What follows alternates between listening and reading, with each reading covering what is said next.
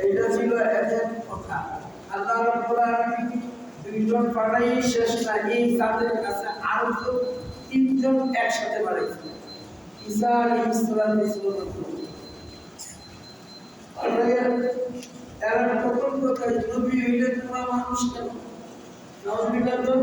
আল্লাহ নবী রাসূলরা পৃথিবীতে যত ছিল তারা মানব জাতির মধ্যে ছিল।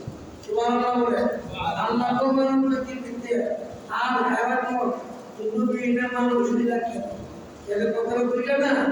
আল্লাহ তো দিয়েছেন মানুষকে সৃষ্টির সারা বানাইছি আমি, সুতরাং মানুষের মধ্যে নবী রাসূল পৃথিবীতে পাঠাইছি। আজকে তোমাদের কাছে তোমাদের হেদায়েতের জন্য যা আমি পাঠাইছি তারাও মানুষের মধ্যেই নবী হিসাবে তোমাদের কাছে আমার কথাটা পৌঁছানোর জন্য, আমার একত্ববাদ পৌঁছানোর জন্য তোমাদের কাছে পাঠাইলাম। সুবহানাল্লাহ বলেন। সুবহানাল্লাহ। কথা বুঝলেন? তাদেরকে আল্লাহ কিভাবে কত মানুষ বুঝাইছে? এরা এখন দুই নম্বর হইল আল্লাহ নবী মানুষের তার কোনো বাড়িছে তোমার মিথ্যা কথা বলছিস, তোমার কি মিথ্যা কথা? আল্লাহ রাব্বুল আলামিন একদিন নবী আপনাদের কোলা আমার বাসীদেরকে একটা দিয়া শরীরের কাপিতের মধ্যে মধ্যে পাঠাইতাম। কারণ ছিল তোমরা মানুষ না, মানুষের নবী হয়ে কেমনে? আর আমি বলি মানুষের মধ্যে নবী বানাইয়া রাসূল বানাইয়া দুনিয়াতে পাঠাইলাম একমাত্র এবং তোমাদের বচন করার জন্য, এক আল্লাহর কথা শোনানোর জন্য। সুতরাং তারা আপনার ওখানে কথা বলে মুদ্রার কথা বলে কিন্তু আপনাদের নবীদের দায়িত্ব হলো আমার বাণী পৌঁছায়া দেওয়া। তারা মানুষ না মানুষ, কে মানবে কে মানবে না সেটার দায়িত্ব আমি রব্বুল আলামিনের। যাকে ইচ্ছা করি তাকে আমি হেদায়েতের নূর দান করি, সেই কলমা পর্যন্ত করবে না, ইলাহা ইল্লাল্লাহ মূর্তি পূজা করবে না, যন্ত্র পূজাবাজি করবে না। আর যারা মূর্তি পূজা বাদ দিয়ে এক আল্লাহকে ভরসা করবে তারা হবে মুমিন।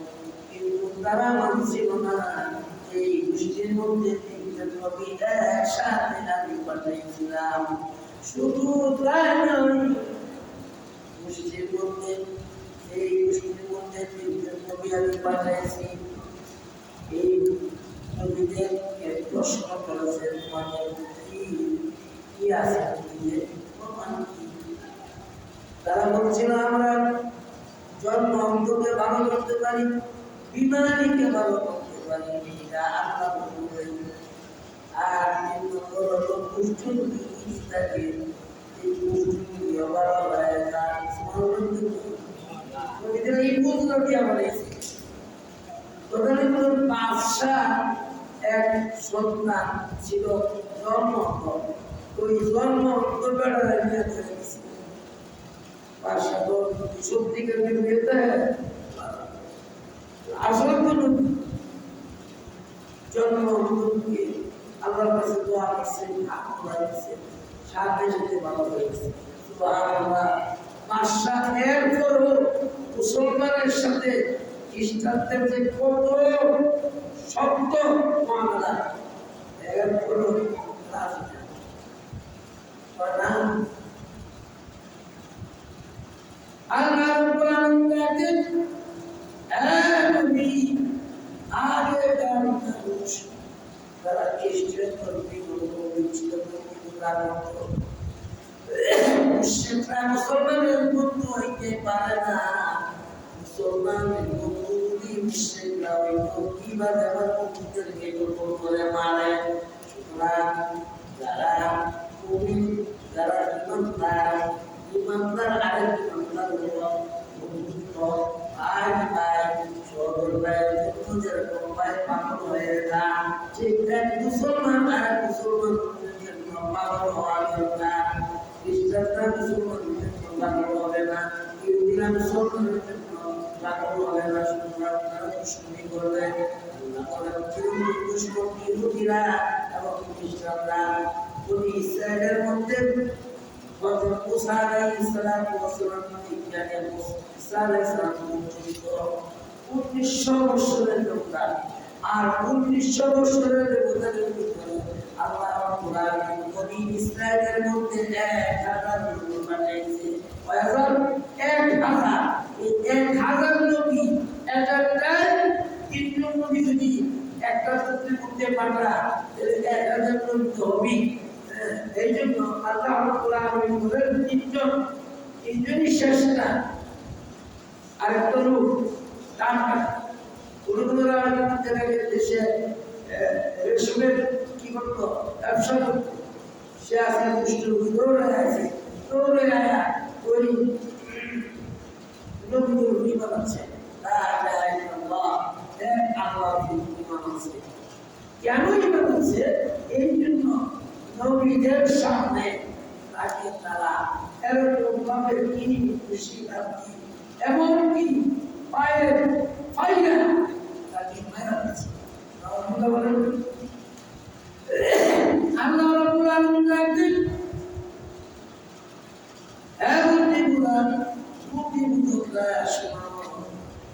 তাকে এবার শুনুন, তার নাম জিবাহি মুজাহিদ। আল্লাহ তাআলা ইমাম নামছে আল্লাহ রাব্বুল আলামিন দেখি সাথে সাথে কিন্তু আল্লাহ রাব্বুল আলামিন তার জান্নাতের মধ্যে নাম করেছে। লোকেরা জিজ্ঞেস করছে স্বপ্নে দেখেন আমি বেতন যাই কিভাবে আপনি কি অবস্থায় আছেন, আপনার চোখে আপনি কি জেনে ফেলছে ইমান আনবেন আল্লাহ প্রতি, সুতরাং আল্লাহ পাক ইমান মুছে বলেন যে আমার পুত্রের যারা জানতো আল্লাহ রাব্বুল আলামিন কিভাবে আমার সাথে মুআমালা করছে, তাহলে তারা অতবদ্ধ হয়ে যাইত। আল্লাহ রাব্বুল আলামিন জান্নাতের ভিতরে ইমান আনার কারণে জান্নাতের ভিতরে আল্লাহ ঘর বানাইয়া আল্লাহ রাব্বুল আলামিন আমাকে দান করেছে। গুরুগুরুরা যদি দেখে যে না বাবা জান্নাত দেখাইছে, আর কিয়ামতের পরে আল্লাহ পাক সেই জান্নাতের ভিতরে আগুনের জান্নাতের ভিতরে কেন ঈমান আনলো আল্লাহর প্রতি, এই সে দুনিয়াতে জান দিয়েছে। হে নবী আপনার লোকেরা আপনাকে অস্বীকার করতেছে, আপনি যদি নবী হন তাইলে মানুষ কেন, আপনি যদি নবী হন তাইলে আমাকে বাজারে যান কেন, আপনি যদি নবী হন তাইলে আপনার জন্য হাজত করি তাই কি করবে। এরা বিশ্বাস করবে যে নবী হইলে মানুষ হন যেত না, নবী হইলে ফেরেশতা। আল্লাহ বিধান করছি মানুষের মধ্যে, রাসায়নিক করছি মানুষের মধ্যে, সুতরাং মানুষের মধ্যে যত নতুন পৃথিবীতে আসছে তারাই মানুষের কাছে গিয়া একমাত্র দ্বীনের দাওয়াত দিবে, আর মানুষ তা গ্রহণ করবে। দ্বীনের দাওয়াত কি? লা ইলাহা ইল্লাল্লাহ মুহাম্মাদুর রাসূলুল্লাহ। মানুষের কাছে দ্বীনের দাওয়াত দিবে, কারণ মানুষ যখন গুমরাহ হয়ে যায়, মানুষ যখন আল্লাহ থেকে দূরে সরে যায়, মানুষ যখন মূর্তি পূজা করে, আগুনের পূজা করে, বিভিন্ন কাজ কর্ম আল্লাহর বিরুদ্ধে, আল্লাহর হুকুমের বিরুদ্ধে আচরণ করে, নবীর বিরুদ্ধে আচরণ করে, তখনই যুগে যুগে নবী আজও পাঠাইছে মুহাম্মদ সাল্লাল্লাহু আলাইহি সাল্লামকে, ওই যুগে নবী বানায় পাঠাইছে। সেই যুগের মধ্যে 600 বছর পর্যন্ত রাসূল জান নাই, কোনো আল্লাহর পক্ষ থেকে কোনো আল্লাহর হুকুম মানবে এই কথা বলুন না, নাই। আর বয়সে গেছে নবী হল তো তুমি যদি নবী লেখা তাইলে তাইলে যদি চার বছর নাই, 4 বছর পর্যন্ত সম্পর্ক নেই। আল্লাহ তাকে ইচ্ছা করেন পৃথিবীতে তাকে নবী বানায় পাঠাইলেন। শেষ পয়গম্বর, শ্রেষ্ঠ পয়গম্বর মুহাম্মদুর রাসূলুল্লাহ সাল্লাল্লাহু আলাইহি ওয়াসাল্লাম সেই নবী আগে করেছে আবু জাহেল মারার জন্য বহু চেষ্টা করছে, উল্লাসেরা মারার জন্য বহু চেষ্টা করছে, এমনকি লোকেরা উল্লাহ আল্লাহ বোঝাইছে, উল্লাহ আল্লাহ বুঝাইলে কি হবে? কোরআন শরীফের তেলাওয়াত শুনতে দিতে হয়,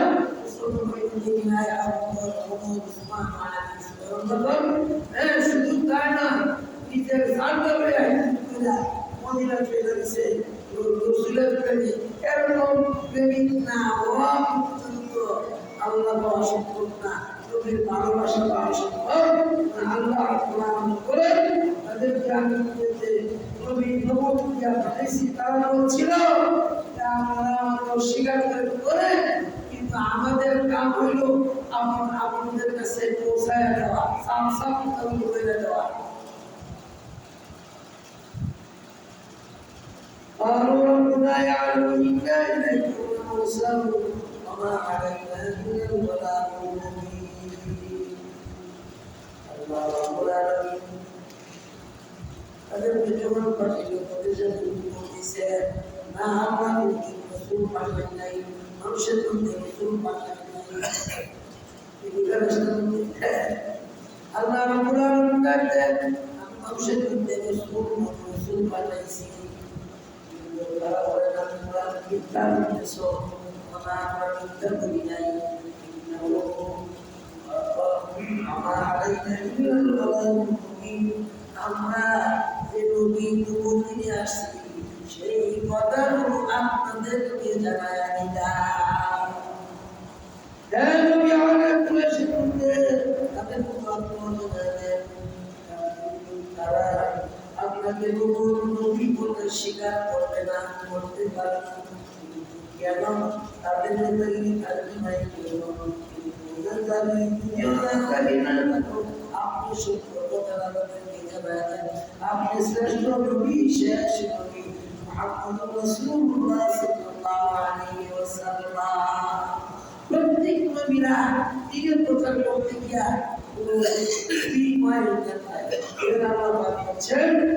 যত নবীরা গেছে এবং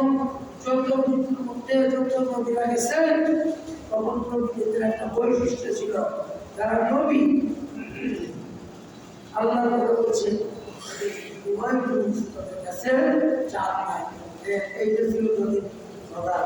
কেমন পর্যন্ত আল্লাহ রাসূলের কাছে সিদ্দিকের একটা আরাম, এই জন্য আল্লাহ রাসূল বলেন আমি আমান্না ইসলামু আজরু কাদু নবী মুসলমান প্রতিতে দিনের কথা কইরা মানুষকে ওয়াজ নসিহত কইরা কোনো বিনিময় দেন নাই, লোক আমাদের প্রতিও কোনো বিনিময় চুক্তি কইরা দেন নাই, কিন্তু কেমন পর্যন্ত একবার ওলামায়ে কেরাম আমরা আল্লাহ এবং আল্লাহর রাসূলের কথা কইরা বিনিময় করবে না, চুক্তি দিবে না, তারাই সঠিক মানুষ, তারাই সঠিক আল্লাহওয়ালা, তাদের কথা মানবে এবং তাদের কথা মাইনা যখন এক আল্লাহর হুকুম করে মানবে, আল্লাহ রাব্বুল আলামিন ওই কামের মধ্যে ওই ব্যক্তির মধ্যে হেদায়েতের নূর দান করবেন। সুবহানাল্লাহ। এজন্য যারা চুক্তি করবে না বলা এরা চুক্তি করে কি বেশি বা আর যিনি চুক্তি করে না, হ্যাঁ নিজের ভাবি ঠগায় ঠিক কিনা করে নয়। আল্লাহ রাব্বুল আলামিন বলেন হে নবী আলে কুরাইশরা আপনার বিরুদ্ধে আচরণ করে কোন প্রকার ভুল থাকবে না, নবীর সাথে দাবি চলে না, নবীর সাথে দাবি চলে না। আল্লাহ তাআলা বলেন আমার নবীকে জুরে জুরে দাঁড়িয়ে বানা ইয়া আল্লাযীনা আমানু লা তুফাররিকু বাইনা ইয়াদাইল্লাহি ওয়া রাসূলিহি ওয়াত্তাকুল্লাহ ইয়া আইয়ুহাল্লাযীনা আমানু লা তারফা'উ আসওয়াতাকুম ফাওqa sawti an-nabiyyi wa la tad'u bil qawli kad'a'i ba'dikum li ba'din an ta'bada a'malukum wa antum la tashkurun। নবীর বড় বড় ডাক দিও না, নবী সামনে আস্তে আস্তে কথা বলো, শান আমার কথা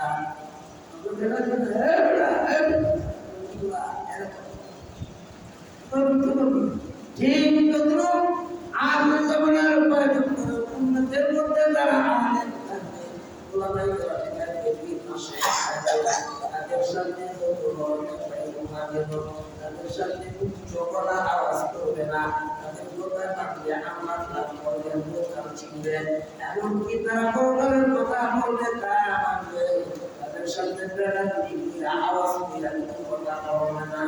যদি বলো আল্লাহ হবে নবীরা হবে কালকে ওদের কঠিন ময়দানে তোমার কাফির হবে, কেননা তারা হবে গায়েবে নবী, তারা গায়েবে নবী আলেম, যারা নবী ওয়ালি, তাদের সঙ্গে বিয়াদবিত দূরত্বতা, তাদের সাথে তাদের সঙ্গে কথা উচ্চ কথা বলতে পারবে না, আল্লাহর পক্ষ থেকে নিষেধ, আল্লাহর পক্ষ থেকে আল্লাহর পক্ষ থেকে।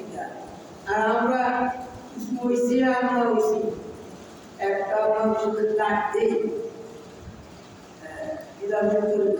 আপনি খুব বড় বেড়েছে আলিম হিসেবে তাকে আপনার শ্রদ্ধা করতে হবে, খুব হিসাবে না। আপনার ভাই আলিম দিছে কিন্তু আলিম হিসেবে তাকে আপনার মর্যাদা দিতে হবে, ভাই হিসেবে না।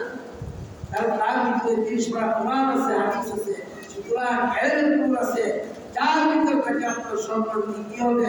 আপনার যত বড় লাভ তা করুন না কেন, আপনি কি হয়েছে আপনারা বয়সে একটু বড় এর কি হয়েছে বয়সে বড় বড় পায় না, কানে জ্ঞানে বড়, গুণে জ্ঞানে বড়, তারা হইল আল্লাহর কাছে বড়, আল্লাহর কাছে বড় মর্যাদাশীল, তারা দুনিয়ার সব মানুষের কাছে মর্যাদাশীল, যারা দুনিয়ার সব মানুষের কাছে মর্যাদাশীল, তাদেরকে আপনি বেইজ্জতি করার অধিকার নাই, তাদের সঙ্গে আপনার জুড়ে কথা বলার অধিকার নাই, অন্যতা আপনি দূরে কথা।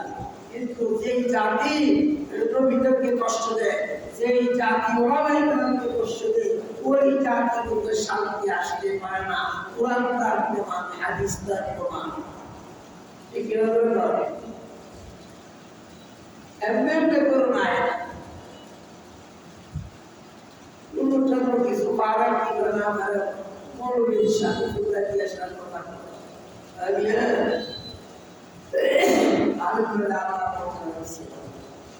তুমি বিলি করে তো লাভ নাই, তুমি বিলি করে কোনো ফায়দা হবে না, ব্যাগ বা একাউন্ট তোমার একাউন্ট উপরে ব্যবসায়িত করবে। সুতরাং আলেম দ্বারা আল্লাহ মর্যাদা দিচ্ছে, সুতরাং তুমি বিলি করে কোনো লাভ নাই।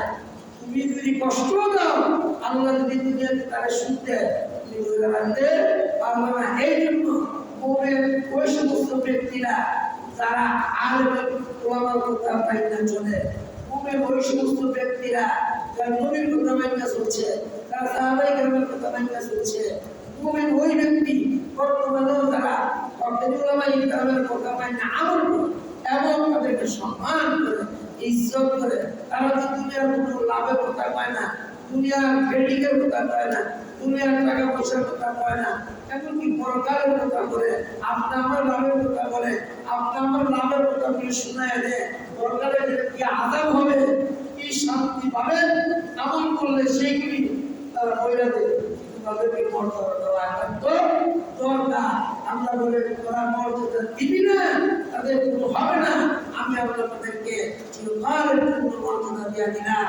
তারা আদায় করবি, তাদের জন্য জান্নাতের ভিতরে আমি এমন নিয়ামতের ব্যবস্থা করছি, জান্নাতে তারা প্রবেশ করবে একা নয়, জান্নাতে প্রবেশ করবে গোটা এলাকার মানুষ নিয়ে। সুবহানাল্লাহ।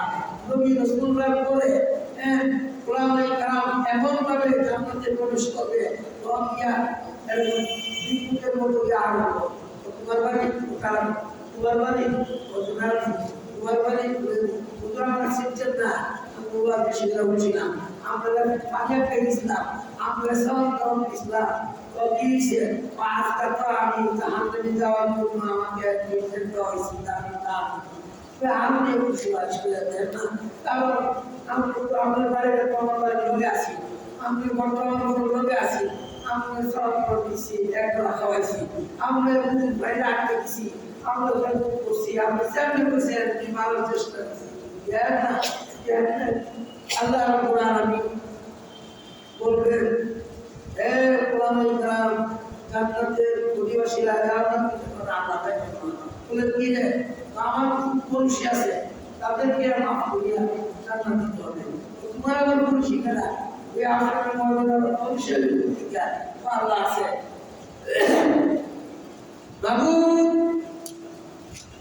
তারা আমার খেদমত করেছে, ওলামায়ে কেরামের খেদমত করেছে, ওলামায়ে কেরামের কথা মাইনা আমল করছে, তার হচ্ছে দাওয়াত তবলীগের মেহনতের মধ্যে তারা আরো আল্লাহ শিখছে, এমনকি তাদের ঘরের মধ্যে নিয়ে খাওয়াতে হয়েছে, তারা ইজ্জত করতো, সালাম কালাম দিত, তারা নায়ক হিসেবে ইজ্জত দিচ্ছে। আজকের তারা জাহান্নামী, আজকে তাদের সাথে জান্নাতে আমরা চলে যাবো হবে না। তুমি তো বলছো তাকে ইচ্ছা তাকে নিয়ে জান্নাতে যাওয়ার জন্য পারমিশন ওলামায়ে কেরামকে দিলাম। ও বাবু ওলামায়ে কেরামকে যে পারমিশন দিলাম, আজ থেকে এই বিনা দরখাস্তে তোমার কাছে যে সম্মান পাইলাম, এই সম্মানে তোমার কাছে আমি মানুষ জাহান্নামে যাবে, তাদের সাথে জান্নাতে যাবো, এটা হবে না। তাদেরকে মাফ কইরা জান্নাতে অধিবাসী বানায়া দাও। আল্লাহ বলেন, হে আলেম, দুনিয়ার মধ্যে কোরআন শরীফ নিয়ে ব্যস্ত ছিলা, হাদিস শরীফ নিয়ে ব্যস্ত ছিলা, আমল নিয়ে ব্যস্ত ছিলা, মানুষ তোমাকে বন্ধু করলেও তুমি কোনো দিকে লাগাইলে না, কষ্ট দিলেও তুমি কষ্ট মনে করলা না, দরকারের ভয়ে। আজকে তোমার মর্যাদা দিলাম, দুনিয়াতে মর্যাদা দিয়েছিলাম, তারা বুঝলো না, আজকের বেলা তোমাকে মর্যাদা দিয়েছি। রসুলের পরে যাকে ইচ্ছা তাকে নিয়ে জান্নাতে যাও, যাও তোমার এলাকার মানুষ তোমার কাছে ভিড় করছে জান্নাতে যাওয়ার জন্য, একজন একজন কইরা জান্নাতে প্রবেশ করো। এই যে ওলামায়ে কেরামের ইজ্জতে আমরা নিয়োগ করা হলো, দুনিয়া তো তারা ওলামায়ে কেরামের কথা পরকালের আমল আপনাদের কথা কি না আমল করে, ওলামায়ে কেরামের কথা শুনে আমল করে, এবং তাদেরকে আল্লাহ দুনিয়া তো মর্যাদাশীল বানায় দেয়, ইজ্জতওয়ালা বানায় দেয়, পরকালও আল্লাহ ইজ্জতওয়ালা বানায় জান্নাত দিবে। বিশ্বাস হয় না, বরং যেহেতু সত্য, এই কথাগুলো সত্য, সূরা ইয়াসিনের তাফসীর করতে আল্লাহ সুন্দর করে আলোচনা করছে। আল্লাহ রাব্বুল আলামিন বলেন যে আমি যত বড় তত বড়, আমি এমন জান্নাত তোমাদের জন্য নির্ধারণ করছি যে এই জান্নাতের নাম যেমনগুলো তোমরা কোশ্চিনকালও কি করতে পারবে না, মনের মধ্যে অনুভব করতে পারবে না যে কত যে সুন্দর। এই জান্নাত জাহান্নামের কথা এই সূরার মধ্যে আলোচনা সামনে আসবে। তো বলতেছিলাম নবী রাসূলদের কথা মানবে বা রাস্তা তো নাই, তারা মানছে না, তারা দুনিয়াতে তাদের শাস্তি ভোগ করেছে, অতীতে তাদের শাস্তি কথাগুলো কোরআন কারীমের মধ্যে 500 আয়াত উল্লেখ করা আছে। এখনো বর্তমানে যারা ওলামায়ে কেরামের কথা মানে না ক্রিটিসাইজ করে এবং যারা ওলামায়ে কেরামের কথা না মানে নিজে নিজে গৌরব মনে করে, নিজে ইজ্জত করা মনে করে, টেওয়ালা মনে করে, সম্পদ করা মনে করে, এদের মতো ভুল হয়ে গেছে। আর নাই ভাইয়া, আলেম ওলামারা জীবন দিয়ে একমাত্র প্রকারের জন্য, আলেম ওলামারা কষ্ট করে প্রকারের জন্য, যেহেতু তারা গায়েবে ঢুকি, তাদের কথা মাইনা দিয়ে আমরা আমল করতে পারি। আসলে জানে এই আমলের বিনিময়ে আল্লাহ আপনি আমাকে জান্নাত দান করবে।